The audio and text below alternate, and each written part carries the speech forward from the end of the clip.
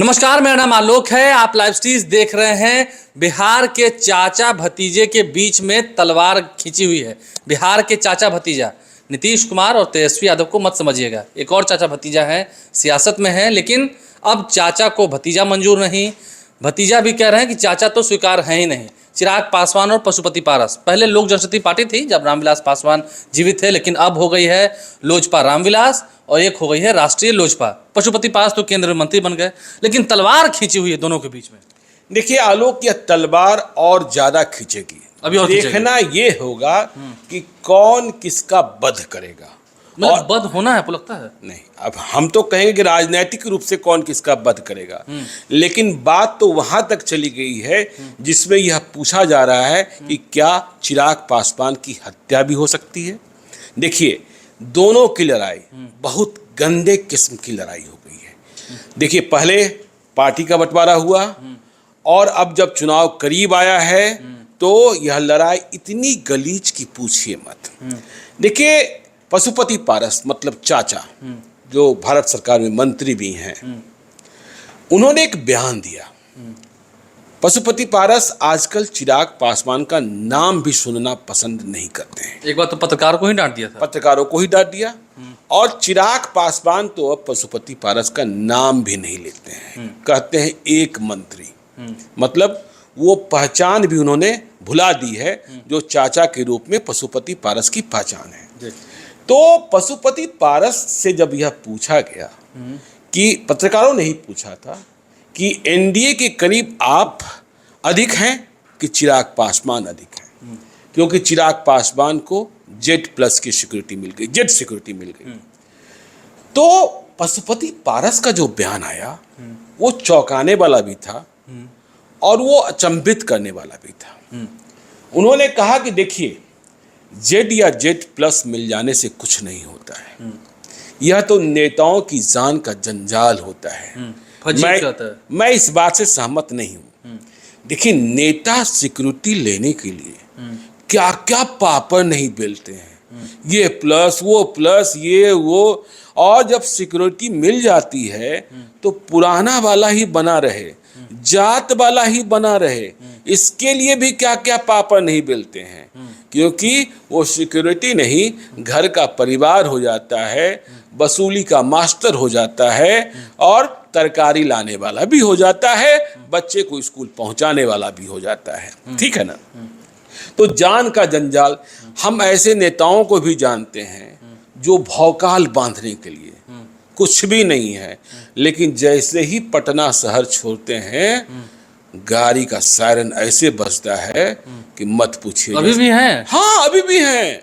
और जनता को लगता है कि ये नेता नहीं, कोई लुटेरा आ रहा है। ठीक है ना? क्योंकि देखिए, वो तो अपना भौकाल क्रिएट करते हैं, वो भौकाल बनाते हैं और खौफ पैदा करते हैं। ठीक है ना? कि कोई लुटेरा आ रहा है, कहता है कोई मामा आ रहा है, ठीक है ना, कंस मामा। ठीक है, जनता के बीच इन्हीं कारणों से। जबकि देखिए, ये कहा गया कि ये जो VIP परंपरा है, नीतीश कुमार जब निकलते हैं तो नीतीश कुमार की गाड़ी के आगे जो गाड़ी जाती है उसमें सायरन नहीं बजता, हुटर नहीं बजता है। हुटर नहीं बजता। एक बार तो उन्होंने कहा था कि मैंने एक बार सुन भी लिया था तो अपने से कहवा के मना करा था कि चलो बंद करो। तो कई सालों से है। हाँ, कई सालों से है, लेकिन ऐसे नेताओं की कमी नहीं है। इसलिए मैं इस बात को नहीं मानता हूं कि जान का जंजाल होता है। लेकिन जो पशुपति पारस ने आगे बात कही कि Z और Z+ मिलने से क्या हो जाएगा, नेताओं की पहचान दायित्व के निर्वहन से होता है। इस बात से हम सहमत हैं कि दायित्व में यदि आप चूक गए, जो पशुपति पारस कह रहे हैं, अब उन्होंने हाजीपुर में अपने दायित्व का निर्वहन कितना किया मुझे नहीं पता। यह तो 2024 का चुनाव बताएगा कि वे पहले टिकट पाते हैं कि नहीं पाते हैं, और पाते हैं तो जनता का विश्वास भी अभी सस्पेंस बरकरार है। इसीलिए मैंने कहा ना, और जनता का विश्वास हासिल कर पाते हैं कि नहीं कर पाते हैं। लेकिन उन्होंने जो इससे बड़ी बात कही, उन्होंने यह कह दिया कि इंदिरा गांधी प्रधानमंत्री थी और देश की सबसे तगड़ी सुरक्षा व्यवस्था थी, इसके बाद तो उनकी हत्या हो गई। अब देखिए, इस बार से चिराग पासवान और लोजपा बिफर गई। तलवार बिल्कुल आमने सामने। लोक जनशक्ति पार्टी ने ट्वीट किया। क्या किया? भारत सरकार के एक केंद्रीय मंत्री का बयान देखिए जैसा हमने कहा, एक केंद्रीय मंत्री। हाँ, अब पशुपति पारस चाचा का नाम भी नहीं लिया जाता है। जी। भारत सरकार के एक केंद्रीय मंत्री का बयान राजनीतिक रूप से मानसिक दिवालियापन का परिचायक है। यदि बिहार के लोगों को पूछिएगा कि दिवालियापन का मतलब क्या होता है मानसिक, तो लोग कहेंगे पागलपन। मतलब पशुपति पारस को पागल कहा जा रहा है, क्योंकि देखिए लोग आर्थिक रूप से दिवालिया होते हैं, यहाँ तो कहा जा रहा है कि मानसिक रूप से दिवालिया। मानसिक रूप से। तो भारत सरकार के केंद्रीय मंत्री का बयान राजनीतिक रूप से दिवालियापन का परिचायक है। और क्या कहा गया है ट्वीट में, मंत्री के हवाले से कहा गया है कि मंत्री ने क्या कहा था कि जेड श्रेणी की सुरक्षा के बाद भी पूर्व प्रधानमंत्री इंदिरा गांधी जी की हत्या हो गई थी। तो क्या मंत्री जी, अब सवाल पूछ रहा है चिराग पासवान का लोजपा, तो क्या मंत्री जी आप ये कहना चाहते हैं कि पार्टी के राष्ट्रीय अध्यक्ष आदरणीय श्री चिराग पासवान जी की भी हत्या हो सकती है?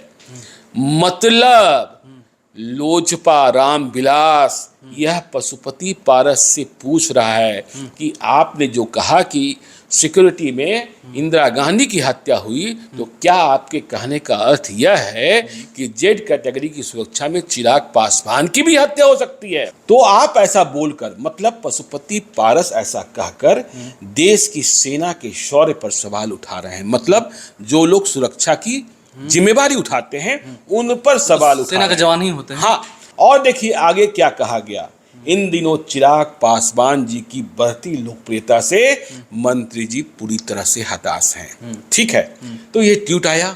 अब इस ट्वीट के बाद देखिए जो रिएक्शंस आए हैं वह तलवार किस तरीके से खिंची हुई है इसे और दिखाता है। ठीक है, देखिए कोई सागर मृणाल पासवान है, मैं नहीं जानता, वो लिखते हैं perfectly tweeted, the love that Chirag Paswan is getting is making many people restless. मतलब मंत्री जी restless, but all should understand the love and affection he is getting is because of the hard work.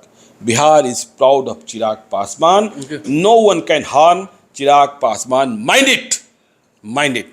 ठीक है ना, कोई नुकसान नहीं पहुंचा सकता। हाँ हाँ, ठीक है ना।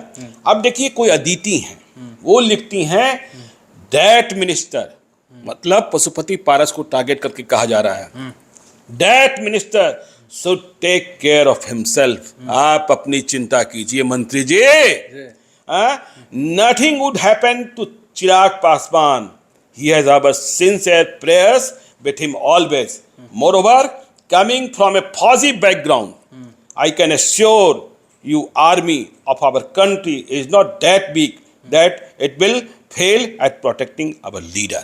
आज इतना ही नहीं, देखिए ये कहा जा रहा है, देखिए राजेश रेड्डी हैं, उन्होंने तो एक कविता ही लिख दी मंत्री जी को परेशान करने के लिए। क्या लिखा, मेरे टूट कर बिखर जाने का बड़ी शिद्दत से जो इंतजार करते हैं, मतलब चिराग पासवान के टूट जाने से बिखर जाने का लोग जो इंतजार करें कब वो टूट जाए, तो मेरे टूट कर बिखर जाने का बड़ी शिद्दत से जो इंतजार करते हैं, मेरे दुश्मन इतने कम अक्ल हैं कि अपना वक्त बेकार करते हैं। मतलब पशुपति पारस की अक्ल कम है, कहा जा रहा है। कल तक जो अपना था आज अफसाना हो गया, सफलता ने कदम क्या चूमे, दुश्मन जमाना हो गया। अब देखिए यहाँ कहा यह भी जा रहा है next CM of Bihar Chirag Paswan. ठीक है, अब कृष्णकांत हैं, वो क्या लिखते हैं, पशुपति पारस जी, इन्होंने तो नाम ही ले लिया, स्वर्गीय रामविलास पासवान जी के बदौलत ही आज सांसद बने हैं। जांच कर लीजिए, पूरे बिहार में उनको कोई नहीं पहचानता है, सिर्फ चिराग जी का नाम लेकर वह कुछ पहचान पाए हैं। तो देखिए जो कृष्णकांत हैं, उनकी जो टिप्पणी रामविलास पासवान के बारे में है, इसमें कोई शक नहीं कि लोजपा को रामविलास पासवान ने खड़ा किया। और चाहे वो पशुपति पारस हों, चाहे चिराग पासवान हों, चाहे रामचंद्र पासवान जो अब रहे नहीं, चाहे प्रिंस राज हों, ये सभी के सभी रामविलास पासवान की बदौलत है। उन्होंने जो फसल लगाई उसे ही ये लोग काट रहे हैं। तो अब देखिए एक हैं अरविराज कुमार, जो हमने कहा ना, उन्होंने लिख भी दिया पारस को रांची जाना पड़ेगा। रांची में क्या है यह पता ही है आपको, ठीक है ना। तो तलवार निकल गई है और दोनों तरफ के समर्थक भी गन तलवार निकाले हुए हैं। और कौन किसको मारेगा यह एनडीए के भीतर ही तो हो जाना। हत्या की बात हो गई ना। हाँ, यह एनडीए के भीतर ही हो जाना है। हमने कहा ना, देखिए बात यहाँ तो हत्या की हो रही है, हमने वध की बात की थी और हमने राजनीतिक वध की बात की। तो 2024 के पहले किसका राजनीतिक वध होगा यह बात। लेकिन ये तो साफ दिखाना ज्ञानेश्वर जी कि दोनों साथ नहीं आएंगे, ये तो अब संभव है। ये तो संभव नहीं है। अब कौन सांसद किसके पास रहेंगे, क्योंकि कई सांसद जो पशुपति पारस के पास पहुंचे थे वे अब चिराग पासवान की ओर लौटते भी दिख रहे हैं। देखना होगा कि अब आगे इन दोनों में कोई सुलह की बात करा पाते हैं या फिर तलवार जो खिंची हुई है। राजनीतिक वध तो होना है, किसी एक का होना है, किसका होना है व्यूअर्स भी खूब समझते होंगे। वो तो आने वाला समय बताएगा। तो मैंने समझा ही दिया ना, साफ दिया। और कमेंट में भी आप अपने राय जरूर दें। आप लाइव स्ट्रीम से बने रहे। लोकसभा चुनाव की तैयारियां तो शुरू कर दी गई हैं, लेकिन चाचे भतीजे में तलवार निकाल कर दोनों ही खड़े हैं। देखिए पहला प्रहार करता कौन है। हमारे चैनल को सब्सक्राइब कर लें, साथ साथ फेसबुक पेज भी लाइक करें। इसके अलावा ट्विटर हैंडल पर लाइव स्ट्रीम को फॉलो करें। धन्यवाद।